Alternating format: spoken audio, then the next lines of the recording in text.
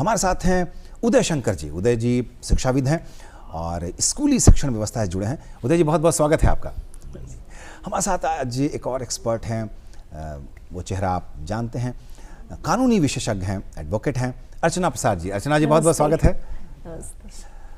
हमारे साथ एक और आज जो विशेषज्ञ हैं वो वरिष्ठ पत्रकार हैं राजकहिनी देश के, दीपक पांडे जी। दीपक जी बहुत बहुत स्वागत है आपका। नमस्कार। जी चलिए बातचीत शुरू करते हैं और हम ये समझने की कोशिश करते हैं कि बुजुर्ग जो बहुत ही सम्मानित हैं, जिनकी सेवा हमारे लिए सर्वोपरि है, आखिर ऐसा क्यों है? आखिर क्यों, उदय जी आप ही किससे ये सवाल करते हैं कि बुजुर्गों की जो सबकी इज्जत है हमारे समाज में, तो बुजुर्ग को हम ज़्यादा सम्मान क्यों देते हैं? सर, उनके महत्व को समझना बहुत ज़रूरी है। मैं शुरुआत करूंगा संस्कृत के एक श्लोक से। जी जी। श्लोक कुछ इस तरह से है, सेवी तव्यो महावृक्ष फल छाया समन्वितः यदि दैवात फलम नाही नास्ति छाया के निवार्यते। इसका मतलब है कि जो विशाल वृक्ष होते हैं, हम वृक्ष की बात करें यहाँ सिंबॉलिक है, जो विशाल वृक्ष होता है अपने पूरे लाइफ टाइम में फल तो देता ही रहता है, लेकिन जब फल देना बंद भी कर देता है तो छाया उसका हमें मिलना ही मिलना है, उसको कोई रोक नहीं सकता है। और समाज में आज यही छाया से समाज महरूम हो रहा है, छाया उसको मिल नहीं पा रहा है। आप देखते होंगे घरों में छोटे छोटे बच्चों को काफ़ी उनमें एंगर है, काफ़ी फ्रस्ट्रेशन है। कारण क्या है?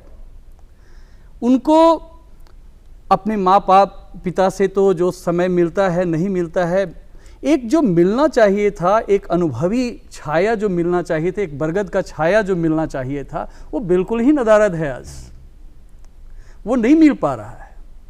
और जैसे कि बात बात में ही वो समझा सकते थे, बहुत सारे जो ऐसी कहानियां हैं जो आज लग रहा है कि वो पूरी तरह से गायब हो गया है। जैसे श्रवण कुमार की कहानी हम अपने बचपन में सुना करते थे और बड़ा उससे प्रेरणा मिलता था, लगता था कि हम भी अपने माँ बाप को कुछ इस तरह से करेंगे जब बड़े होंगे तो। उसका अभाव हो गया है, बिल्कुल से वो नहीं है। और यही कारण है कि समाज में एक अव्यवस्था कहिए जी बिल्कुल। आज बिल्कुल ही न्यूक्लियर फैमिली, जो जैसे ही शादी हुआ जो है फैमिली सेपरेट हो गया। एक कारण आप इसको कह सकते हैं कि भाई क्या करेगा, नौकरी करना है, गरीबी है। सिर्फ यही कारण नहीं है, एकोमोडेशन हो सकता था, उपाय उसका है। आप पता कर लीजिए क्यों नहीं रहना चाहते हैं पेरेंट्स अपने बच्चों के साथ। कहीं ना कहीं उनको हरास किया जाता है। अभी एक डाटा है कि 60% इंडिया में, पूरे इंडिया की बात करें, बिहार भी उसमें है, बिहार का भी लगभग वही रेशियो है, 60% वृद्ध जो है जो फैमिली के साथ रह रहे हैं उनका एब्यूजेशन होता है। उनको प्रताड़ना, किसी ने बात सुनना, ताना सुनना, ये सुनना पड़ता है। तो हम कह रहे हैं कि तो फिर क्यों रहना चाहेंगे वो? आप देख लीजिए, या तो यदि मान लीजिए गांव में पेरेंट्स रह रहे हैं तो वो गांव में रह रहे हैं, उनका बच्चा कहीं कहीं रह रहा है। ऐसा नहीं है कि वो शहर में एक छोटा सा जगह उनके लिए प्रोवाइड नहीं किया जा सकता था, किया जा सकता था। बहाना बनाया जाता है सिर्फ कि भाई हम यहाँ रह रहे हैं, यहाँ देख रहे हैं, और जो है मेरा फैमिली अब चूंकि उसको कमाना है तो बाहर। हम उदय जी फिर आप भी करते हैं कुछ रास्ते, क्योंकि उनके पास अनुभव है। तो ये अनुभव हम विहीन परिवार की कल्पना जो कर रहे हैं, मैं इसका जवाब चाहूंगा, और जो आप कुछ कहना चाह रहे थे पहले वो कह लें। हाँ, संवेदना की चर्चा की जी। संवेदना की कमी हो गई है सर। आप यदि नोटिस किए होंगे तो मनुष्य ही एक प्राणी है जिसमें संवेदना होता है जी। कोई भी जानवर ऐसा नहीं है जो अपने बच्चे का केयर नहीं करता है, मगर किसी जानवर को आप नहीं देखे होंगे कि अपने पेरेंट्स का या ग्रैंड पेरेंट्स का केयर करता है। इंसान या मनुष्य ही एक ऐसा प्राणी है जो अपने पेरेंट्स और ग्रैंड पेरेंट्स का, ये एक मानव होने का कह सकते हैं कि अपने पेरेंट्स और ग्रैंड पेरेंट्स के प्रति संवेदना रखना, ये मनुष्य होने की पहचान है। आप में ये संवेदना नहीं है कि जो, खैर छोड़ दीजिए दूसरे के प्रति, जो आपके लिए सब कुछ किया, अपना पूरा जीवन जो है एक तरह से होम कर दिया, उसके प्रति भी आप संवेदना नहीं रख पा रहे हैं। ये स्थिति आ गई कि घर में अकेले रहना पड़ रहा है उनको देखने वाला कोई नहीं है, कैसे खाना बनेगा, कैसे खाएंगे, इसकी परवाह नहीं है आपको। आपको एक उदाहरण देता हूं सर, बहुत बड़े वो प्रोफेसर थे, वो उनका बच्चा अमेरिका रहता था, अमेरिका में सेटल्ड हो गया, गए बेटा के पास, तो बेटा उनको रखा, कुछ दिन रहे, और बहुत काफ़ी संपत्ति भी था उनका, सारा संपत्ति बेचवा के टान लिया उनसे पैसा। जब ले लिए तो फिर बच्चा उनका तो बोला कि आप पिताजी, यहाँ हम लोग पति पत्नी और बच्चा रहते हैं, यहाँ जगह कहाँ है, आप कैसे रहिएगा यहाँ, एक फ्लैट लिया आपने, जो भी किया है यूएसए। तब आप क्या करें, वो थे तो प्रोफेसर, काफ़ी दिग्गज, अब नाम नहीं लेंगे चूँकि बिहार की बात है, तो उन्होंने वहाँ अपना पढ़ाना शुरू कर दिया। वो रिटायर्ड हो चुके थे, फिर भी वहाँ व्यवस्था है, कर सकता है, और अपना फिर रहने लगे, वहीं रहने लगे। वही आए थे, खुद अपने बताए थे, उनसे पर्सनली बात है। इस तरह की घर घर की कहानी आज बन गई है कि प्रताड़ना जो है घर घर की कहानी बन गई है। और पता नहीं इसका हम लोग समाधान पर जाएंगे, अभी तो ये चर्चा कर रहे हैं कि दिक्कत क्या है। नहीं, चलिए हम अर्चना जी, उदय जी आपके पास आना चाहता हूँ, क्योंकि आप स्कूल शिक्षण से जुड़े हैं। क्या लिटरेसी ज़्यादा हो जाने से क्या हम इतने अपने ऊपर सोचने लगते हैं कि हम अपने आसपास, अपने परिवार, अपने समाज को उपेक्षित करने लगते हैं? क्या कारण लगता है? सर, पढ़ना क्या है जी, पढ़ना क्या है, इंफॉर्मेशन गैदर करने को हम पढ़ना नहीं कहते हैं जी। कुछ रट लेने को हम पढ़ना नहीं कह सकते हैं।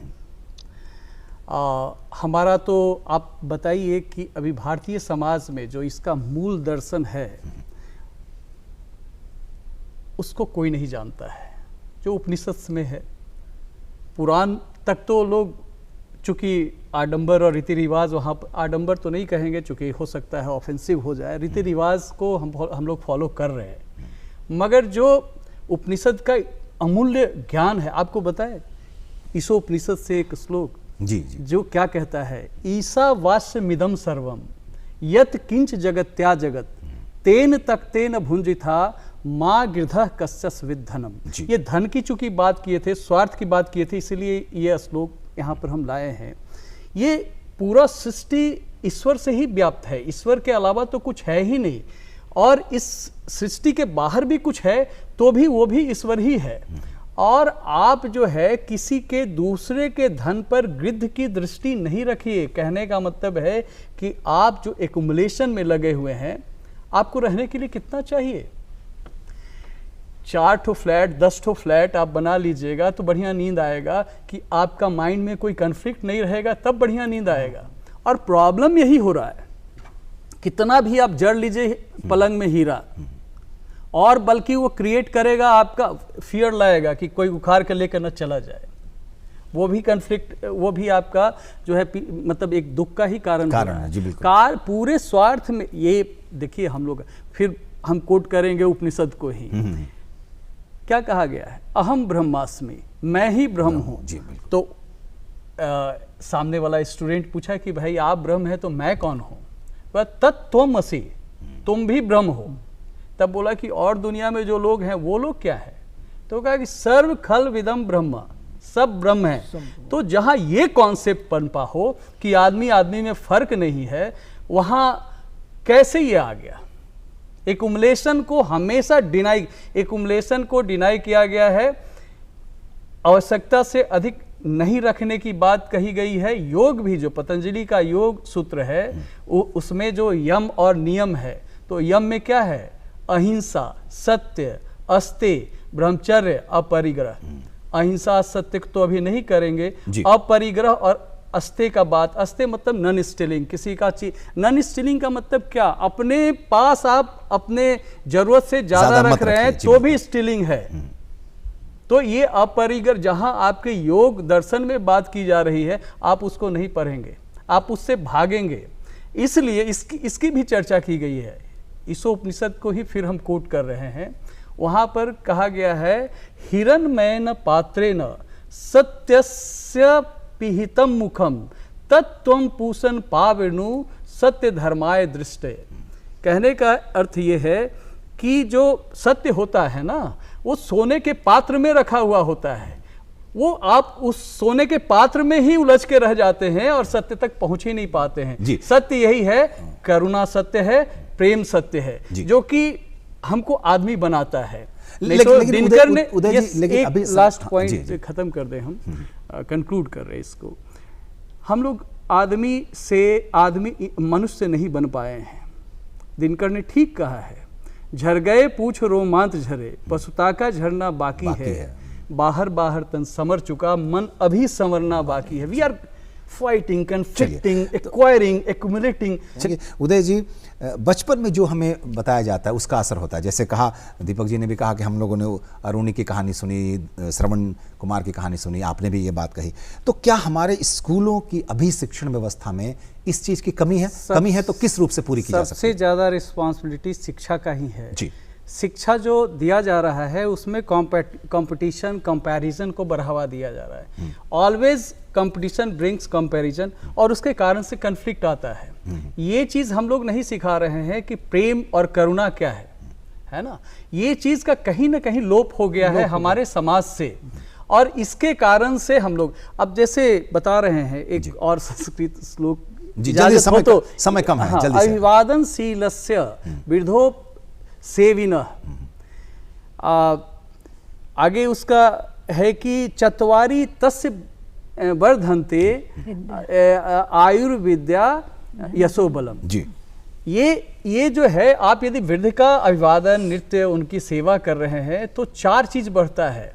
आपका आयु बढ़ेगा, स्वाभाविक है, अच्छा आदत होगी तो आयु बढ़ेगा ना। यश बढ़ेगा, क्योंकि आपका नाम होगा। आप किसी को आप गिरा के आप जो है, आपका नाम नहीं होगा। तो स्वाभाविक है, जब आशीर्वाद मिलेगा माँ पिता का तो आपका यश बढ़ेगा, बल बढ़ेगा। आपका बल मतलब हर तरह का बल, आप एबल हो पाइएगा सब कुछ करने में। तो मतलब कहने का